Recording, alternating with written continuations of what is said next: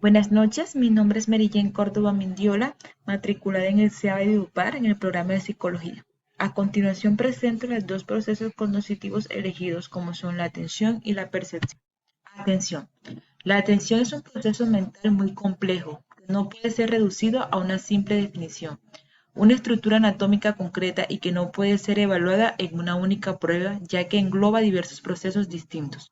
Para simplificar, podemos decir que la atención es la función cognitiva con la que seleccionamos los estímulos que llegan simultáneamente al cerebro, tanto externo como olores, sonidos e imágenes, como internos como pensamientos y emociones, los que nos son útiles y adecuados para realizar una actividad motora o mental.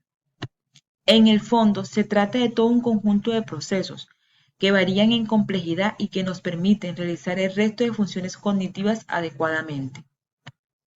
Estructuras o áreas cerebrales implicadas en el proceso cognitivo de la atención. No existe una sola estructura anatómica que se encargue de la atención, sino varias. Los circuitos que están implicados en este proceso, según el modelo, se diferencian tres sistemas estacionales. Sistema reticular o de Aurosal.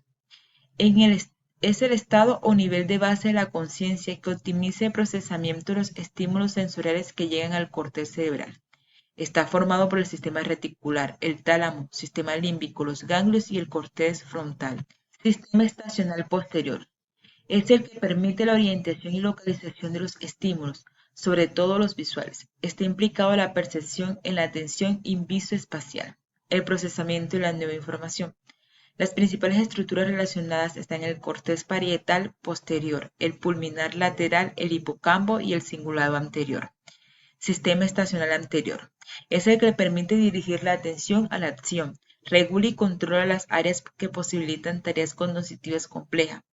Forma parte del sistema cingulado anterior, el corte prefrontal dorsolateral, el orbitrofrontal, el neoestriado, el área motora suplementaria y el área tegmental ventral. Clasificación del proceso cognitivo atención. Según el modelo jerárquico, existen diferentes tipos de atención según su mayor a menor complejidad. Atención focalizada es el estar alerta, la capacidad para responder a un estímulo. Atención sostenida es la capacidad de mantener la atención durante periodos de tiempo de al menos 3 minutos. Es lo que llamamos más comúnmente como concentración, cuando leemos un libro o estamos concentrados. Atención selectiva es la capacidad que nos permite mantener la atención en una tarea inhibiendo las distracciones del entorno, como los ruidos de fondo. Siguiendo con el ejemplo anterior, la atención selectiva nos permite leer un libro aunque estén oyendo música o empiece a centrifugar la lavadora. Atención alternante es la flexibilidad mental que nos permite cambiar nuestro foco de atención de una tarea a otra de manera fluida. Por ejemplo, cuando estamos leyendo y suena una canción que nos encanta, puede que dejemos de leer y que por el momento no pongamos a cantar o escuchar esa canción, pero rápidamente podremos volver a la lectura por donde habíamos dejado. Atención dividida es la capacidad de responder a más de una tarea al mismo tiempo, es decir, atender dos cosas a la vez. Por ejemplo, cuando hablamos por teléfonos, vemos teléfonos, escuchamos música mientras cocinamos. Patologías o trastornos que pueden relacionarse con los procesos cognitivos de la atención. El término de síndrome confusional agudo se puede superponer al de encefalopatía aguda, que denota una disfunción cerebral aguda y difusa. Es un síndrome clínico de aparición generalmente brusca, en la que se produce una alteración de la atención y de las capacidades mentales con tendencia a la fluctuación a lo largo del día. Afectación hemisférica, síndrome de Negle. Algunos pacientes muestran un síndrome característico que incluye negación de sus extremidades, abstinencia, alteraciones en la atención, heminegligencia espacial, desviación de la cabeza y los ojos y negación explícita de su enfermedad, denominado síndrome de Negle. Este síndrome es especialmente frecuente en lesiones retrolándicas, en la que la conjunción del prieto temporo-occipital y está asociado al lóbulo parietal del cerebro. Por lo tanto, tiene diferentes variaciones del mismo, como son la inatención. Consiste en la incapacidad para responder o informar de estímulos presentados contralateralmente a la lección, descartando los déficits sensoriales primarios que lo justifiquen. La extinción consiste en el déficit en la detención de los estímulos contralaterales al lado lesionado con estimulación simultánea bilateral. La heminiscencia es la dificultad para iniciar en una acción o en o hacia el espacio contralateral no atribuibles a déficits motores. Los pacientes suelen tener dificultades para girar su cabeza. El negle espacial, hemiespacial, consiste en la omisión en la copia o dibujo de figuras a la mitad de la contralateral a la lección. Es frecuente que estos pacientes tengan dificultades al vestirse o en el aseo de la parte contraleccionada. Percepción. La percepción es cómo se interpreta y se entiende las informaciones que se han recibido a través de los sentidos. La percepción involucra la decodificación cerebral y el encontrar algún sentido a la información que se está recibiendo, de forma que puede operarse en ella o almacenarse. Estructuras o áreas cerebrales implicadas en el proceso cognitivo de la percepción. El sistema visual. En sentido estricto, podríamos decir que la luz no existe, al menos lo que cada uno de nosotros entiende por luz a partir de su vivencia perceptiva. La retina. En la retina nos encontramos con varios tipos de células dispuestas en tres capas, del exterior al interior. Podemos distinguir las células fotorreceptoras, las bipolares y los ganglionares. El quiasma óptico. Los axones de las células ganglionares de la hemirretina nasal derecha cruzan a través del quiasma óptico y proyectan sus fibras en el hemisferio izquierdo. De igual modo, los axones procedentes de la hemirretina nasal izquierda decusan y se proyectan sobre la corteza visual hemisferio derecho. El núcleo geniculado lateral. Se trata de una estructura talámica posterior en que los axones ganglionarios que han seguido este itinerario establecen su primer relevo antes de llegar a las áreas visuales de la corteza.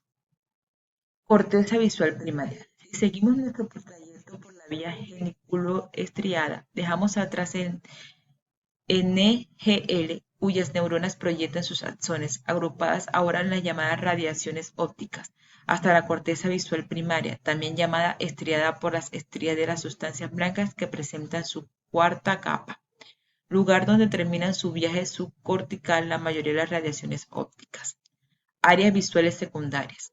Como ve uno, las áreas visuales secundarias, también llamadas estriadas, son renitópicas y contienen, por tanto, un mapa definido por las coordenadas de excentricidad y ángulo polar, ocupado con grosso modo las áreas 18 y 19 de Brodmann. El sistema auditivo está compuesto por estructuras que transforman las fugaces variaciones de presión área en señales neuronales, las cuales posteriormente se analizan y se interpretan en zonas cerebrales. Oído interno. En el oído interno se halla una serie de estructuras ubicadas en la cavidad del hueso temporal. La cóclea es el elemento más valioso del oído interno para la percepción auditiva, donde las vibraciones mecánicas provocadas por el sonido convierten en señales neuronales. Nervio vestibulo-coclear. Desde las células ciliadas sale la información auditiva a través de las células espirales, formando el nervio vestibulo-coclear junto a los axones del sistema vestibular. La vía auditiva del tronco encefálico. En el tronco encefálico hallamos dos centros de relevo en la ruta auditiva procedente de la cóclea, el núcleo coclear y la oliva superior. El nervio coclear llega al núcleo coclear, el cólico inferior. Después de la oliva superior, la ruta auditiva sigue a través del lémnico lateral hasta los colículos inferiores, dos prominencias localizadas en la zona dorsal del mencéfalo. El núcleo geniculado medio. Desde los colículos inferiores, la ruta auditiva sigue hacia el núcleo geniculado medio en el tálamo. Podemos dividir el núcleo geniculado medio en tres zonas: ventral, dorsal y medial. La corteza auditiva primaria. Está situada en la parte superior del giro temporal superior, en el área 41 de Brodmann, al plano supratemporal. El sistema somatosensorial o los sentidos corporales. La división aristotélica de los sentidos contempla el tacto como un único sentido corporal, pese a que todos entendemos de manera intuitiva qué es el tacto. El estudio científico de este sentido ha mostrado la necesidad de contemplar la percepción del propio cuerpo o propiocepción dentro de esta modalidad. Receptores somatosensoriales. En el caso del sistema sematosensorial, encontramos un conjunto de receptores, mecanorreceptores, termorreceptores y nececeptores distribuidos en la superficie de la piel, los músculos, las articulaciones y los tendones. Vías neuronales somotosensoriales. La actividad nerviosa de esos receptores somotosensoriales se traslada hacia el sistema nervioso central por medio de las vías neuronales somotosensoriales. Aquí encontramos una diferencia entre las vías del tacto, propiocepción por un lado y las vías del dolor y temperatura por otro lado, con dos rutas principales.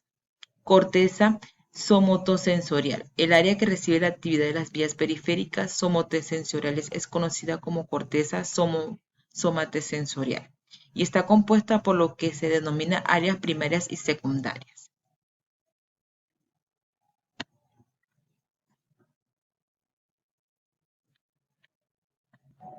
Gusto y olfato.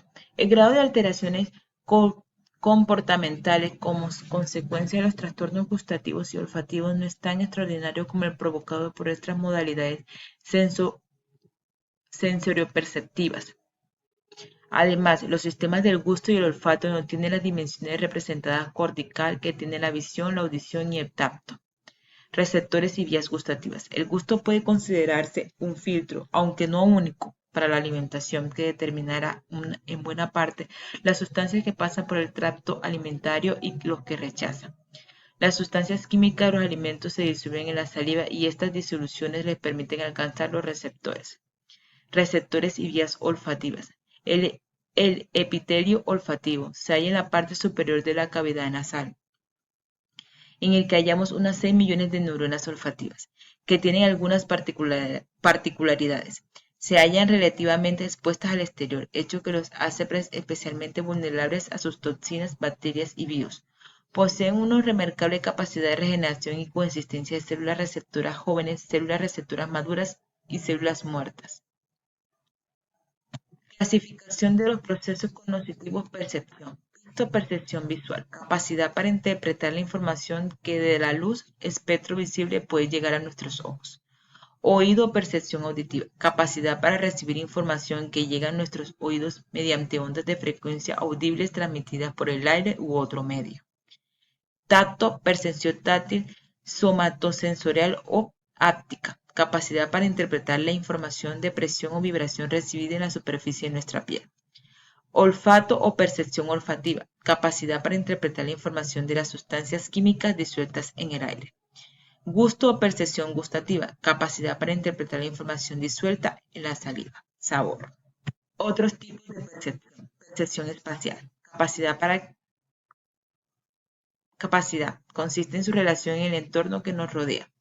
Percepción de la forma. Capacidad para extraer información acerca de los límites y el aspecto de una entidad a través del contorno y contraste. Percepción temporal. Capacidad para interpretar los cambios de estimulación de manera que puedan organizar el tiempo. Patologías o trastornos que pueden relacionarse con el proceso cognitivo de la percepción. Se puede múltiples trastornos como son: escisios de la percepción, trasladación de la calidad de las sensaciones, ilusiones por inatención, pareidorias, sensación de una presencia, percepción delirante, síndrome de Camprad, pseudopsicosis disociativa, alucinaciones psicópticas, alucinaciones no psicóticas, alucinaciones normales, alucinaciones específicas, alucinaciones funcionales, autocopia o fantasma del espejo, alucinaciones psicodélicas. Bibliografía. Muchas gracias.